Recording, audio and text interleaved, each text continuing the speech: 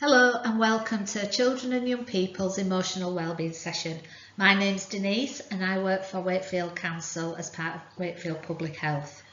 And my name's Emily Castle and I work for Young Lives Consortium. We're also going to be joined by a young person, Zach, who's 13, for a few of the slides. The purpose of this session is to explore some of the factors that affect the wellbeing of children and young people. We'll look at the presenting issues relating to children and young people and highlight what type of support there is currently available for children and young people in the Wakefield district. So what is emotional wellbeing? It's about looking after our mental health. This includes keeping up with productive daily activities and maintaining fulfilling relationships with those people around us, the ones that we care for, the ones that care for us, and the ones that we know where we can access support if we need it. It also includes having the ability to adapt to change and to cope with stresses. It is definitely not easy being a teenager. Sometimes it's tough to avoid feeling stressed, and pressure can build up in many areas of life, socially, in school, at home, and while making big life decisions.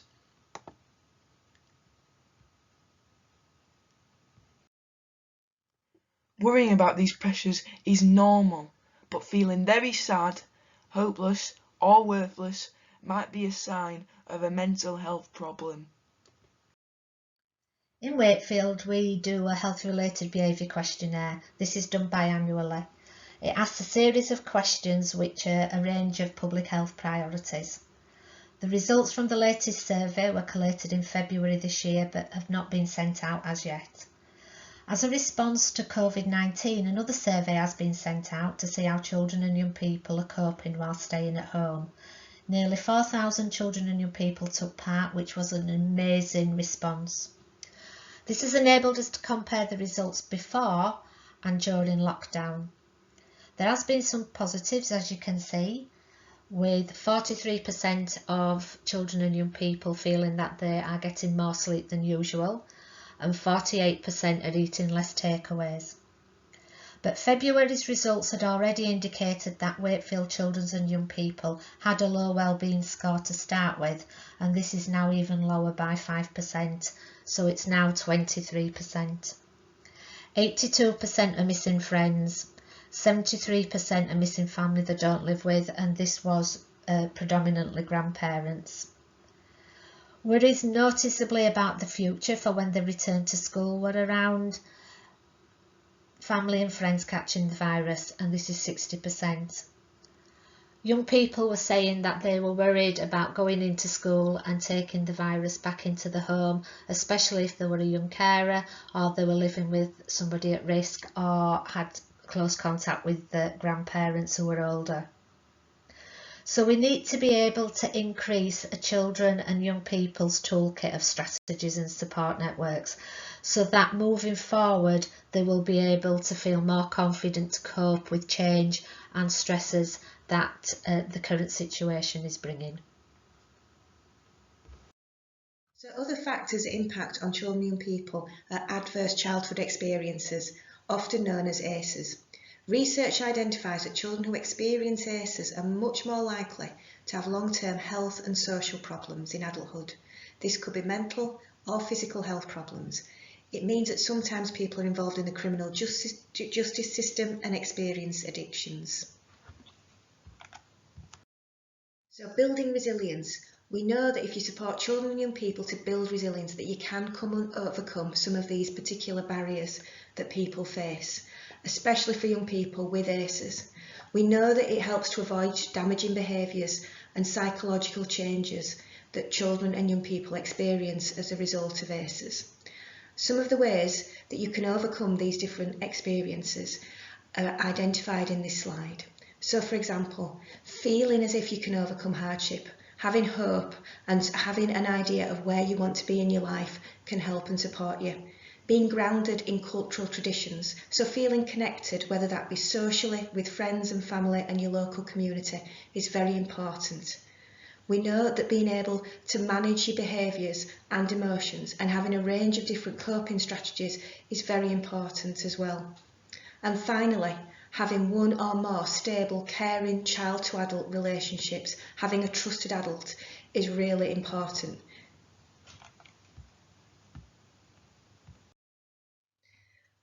We know that some groups of children and young people are more at risk of poor emotional wellbeing. And I know that many of you that are watching this will work with children and young people who experience a number of the different issues that are on this slide. So we know that children and young people have a long-term physical illness are more at risk. And we know that for many young people, their resilience varies over time. So what you'll see here is we've got a list of different issues that children and young people may experience.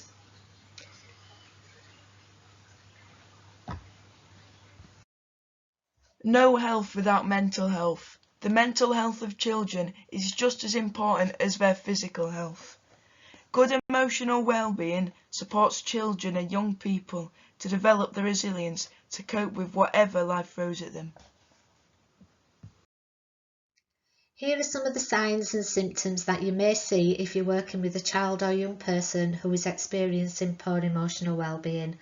They may complain of feeling unwell, so this may be stomach aches, headaches, feeling sick, the body is aching, the bones are aching. They may get upset more easily for no apparent reason, and by their body language they look as though they're feeling down, the shoulders may be down, the head's down, they won't make eye contact. There may be changes in appetite, they may be eating more or less, and there may be changes in the sleep pattern, so they may be sleeping more or they may not be sleeping at all.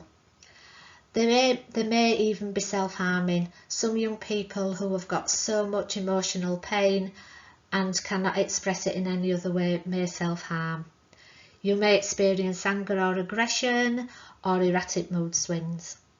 Sometimes they become socially isolated, so they don't want to engage in the things that they used to really enjoy doing, like going out with their friends, playing football, being part of a group. And there may be changes in appearance and hygiene, so somebody who's always taken pride in how they look may suddenly not be brushing the teeth, doing the hair, or care about how they're looking. And some young people as well may take part in risk-taking behaviours such as smoking, drinking alcohol, using substances, or having unsafe sexual activity. So these are just some of the things that you may see in a child or a young person who's got poor emotional well-being, but also to recognise that some of these are things what happen during puberty and adolescence. So it's about making sure that you notice any increase in these signs or symptoms, and also talk to them and find out what the underlying issue is. Here are some of the things that increases emotional well-being. There may be things that you're already doing with the child or young person or within the family, and there may be things that are already exist within the family. If not, it's about just highlighting that these things can help improve the child's emotional well-being.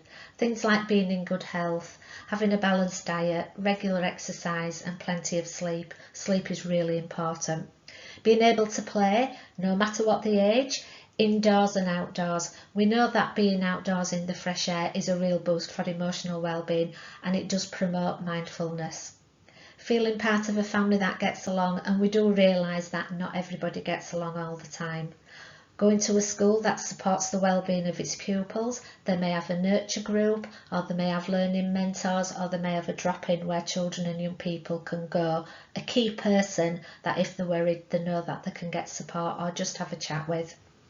Taking part in local activities or groups. This is about feeling connected, feeling part of something. Feeling loved, trusted, valued and safe, and that's around the family, the home environment, the school and the community. Having opportunities to learn and succeed is very important. Even if they don't succeed at first, it's about the encouragement to get them to continue, to be resilient, to be persistent and to try. Having aspirations for the future, having a vision, having something to look forward to. And accepting who they are and recognising the strengths. Quite often we hear that young people are so down on themselves about how they look, about the things that they can't do, about how they're struggling at school when all their friends are doing really well. So it's about getting young people to recognise their strengths and their importance and having a sense of belonging. Again, this can link into the taking part in local activities and groups. It's about feeling that they are part of something, and this is really important.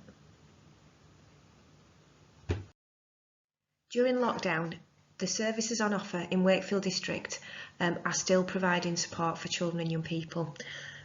The services have come together, and voluntary sector organisations, to develop a website called WF I Can, aimed at children and young people under the age of 19. There's a lot of different support available for young people on the website. This includes useful tips and different activities to do. In addition, there is a drop-in and chat function. This is available Monday to Friday, 1 till 5 and 7 till 9. There'll be a worker from the voluntary sector or from the youth work team available to speak to any young person in the Wakefield District.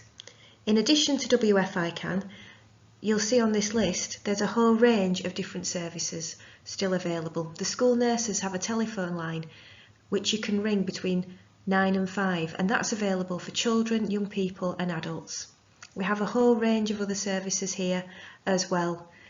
For workers, there is support available through the Risk and Resilience website. There's lots of examples of session plans and different activities that you might want to do with the young people that you're supporting. The third sector are delivering a wide range of different activities, but I do ask, if you can, please get in touch and find out what their offer currently is, as things keep changing week to week. There's also targeted support in Wakefield District. We have the Children's First Hubs, which is often your first port of call. In addition to that, we have Wellbeing, Rosalie Ryrie, Homestart, the Youth Work Team and Stripes. Victim Support have a Children and Young People's worker, and Change, Grow, Live provide young people's substance misuse service in the Wakefield District. WADAS provides domestic abuse service, and COOTH offer face-to-face counselling. We have the Youth Offending Team and Star Bereavement. In Wakefield, we have the Future in Mind team. There's three main parts of this team. They are the primary intervention practitioners based within Swift. They provide schools with a range of support, including the MDT meetings. These are the multidisciplinary team meetings. A member of staff from a school or from a voluntary sector organisation can make a request for support for a young person. The aim is that the primary intervention practitioner supports those practitioners to be able to meet that young person's need. If not, they can support the young person to get appropriate support. We have the community navigators. They deliver a programme called Luggage for Life, which is underpinned by the resilience framework. Luggage for Life supports children and young people to develop key skills and competencies to enable them to manage different life changes and transitions. They also deliver a whole range of other resilience projects with older young people. We also have COOTH. COOTH provides online counselling service available to young people every day of the week. In addition, they provide face-to-face counselling in the high schools. COOTH services are for young people aged 11 plus. We have a range of specialist services in Wakefield. We have CAMS, the Children and Adolescent Mental Health Service. There are some links to the criteria on the PowerPoint presentation, and you'll find more information on OSCAR. We have our Youth Offending Team based in Wakefield District, and we have peers that provide trauma-informed interventions and counselling. In Wakefield District, Public Health have worked really hard with local communities and services to develop our suicide prevention strategy. Alongside this, they have developed a range of different resources for workers that support children and young people. Some of those resources are here today.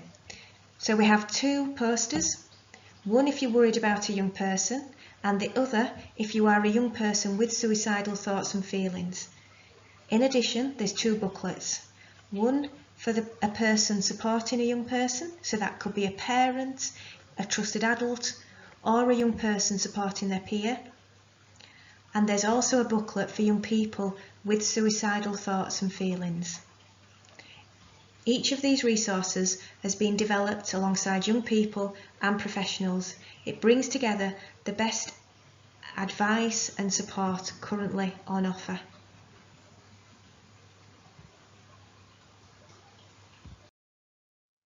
Please take the time to think about what you do and what can you do to improve children and young people's emotional well-being in your work role, in a personal capacity, and in your community. Thank you.